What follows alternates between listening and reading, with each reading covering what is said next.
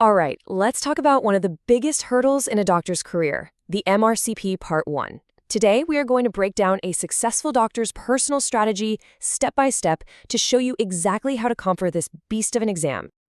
So you're looking at this exam and it feels like a mountain, right? Maybe you're feeling a little overwhelmed, a little lost on where to even start. Well, don't worry. You are in exactly the right place. We're about to give you a clear, actionable plan. Let's get right into it. Here's what we're going to cover. First, we'll get to know the exam itself. Then, we'll talk about your timeline and the best tools for the job. After that, we'll dive deep into a proven 3-month schedule. And finally, we'll talk about what might be the most crucial piece of the puzzle, your mindset. Okay, Section 1, the MRCP Part 1 exam. Before you can climb the mountain, you've got to understand its size, its shape, and what it's made of. So let's figure out what you're really up against. So, what even is the MRCP? It stands for Membership of the Royal College of Physicians. It's a series of 3 tough postgraduate exams, 2 written, 1 practical, and it's a huge deal for internal medicine trainees. And it's not just in the UK. This qualification is recognized all over the world. Passing it is, without a doubt, a massive step forward in your career. Let's get specific about exam day. This is a 7-hour marathon. Seriously, you've got 2 3-hour papers back to back. Each one has 100 best-of-5 multiple-choice questions. That's 200 questions total. And that 1-hour break in the middle? That's not just for lunch. It's absolutely critical for you to reset and recharge. This is as much a test of endurance as it is a test of your medical knowledge. Okay, so now you know what the beast looks like. Let's move on to how you're actually going to tame it. We're talking logistics, the what, when, and how of your study plan. So the big question, how much time do you really need? Well, Dr. Yad, whose strategy we're following, says it really depends on you. If you're one of those super disciplined people who can lock in 2 to 3 hours every single day, no excuses, then yeah, 3 months could be enough. But let's be realistic. Most of you are working full-time with crazy hours. If that's you, give yourself some breathing room. Plan for 4 to 6 months. Now for your toolkit. Dr. Yad has some very specific recommendations. For your day-to-day question grinding, Past Medicine is the top pick. For your online textbooks, you'll be using a combo of Past Medicine and MRCP updates. Then, when it's crunch time, you'll switch to Past Test and MRCP updates for their past papers. And the final boss, the official mock exam right from the MRCP website.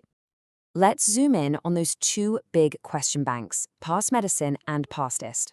Why the split? Well, Dr. Yard found that Past Medicine's question style felt much closer to the real exam. Plus, its online textbook is brilliant. It breaks down complex topics into small, manageable chunks of information. Pastist, on the other hand, is your go-to for the final few weeks. Its main strength is its collection of past papers, which are perfect for simulating the real exam day. All right, this is the core of it all, the actual plan. Think of this as your day-by-day blueprint for the next 3 months. This is where the magic happens. I want you to remember this number, 100. This is your magic number. This is your non-negotiable, must-do goal every single day. It doesn't matter if you're tired, busy, post-call, whatever. You find a way to get through 100 practice questions. That consistency is everything. And how on earth do you do that? Well, Dr. Yad put it perfectly. You have to change your mindset. For the next few months, every spare second is a study opportunity. That 20 minutes on the train, that's 10 questions. Waiting in line for coffee, you can knock out another 3. Your phone is your best friend.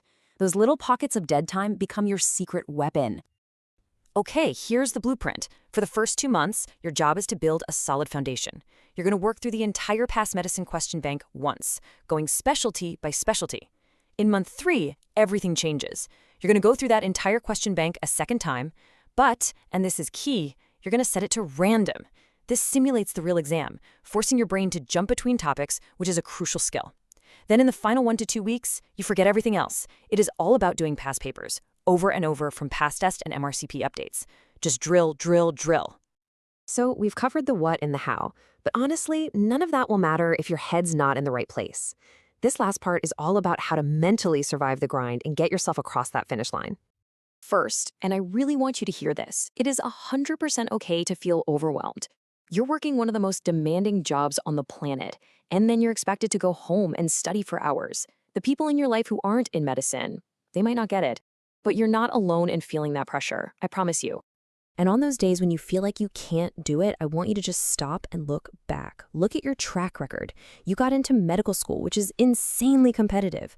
You made it through and passed medical school. You're literally working as a doctor right now, handling 12-hour shifts and night shifts that would break most people.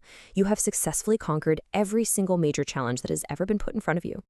So here's the bottom line. This is temporary. It's a few months of intense, focused sacrifice.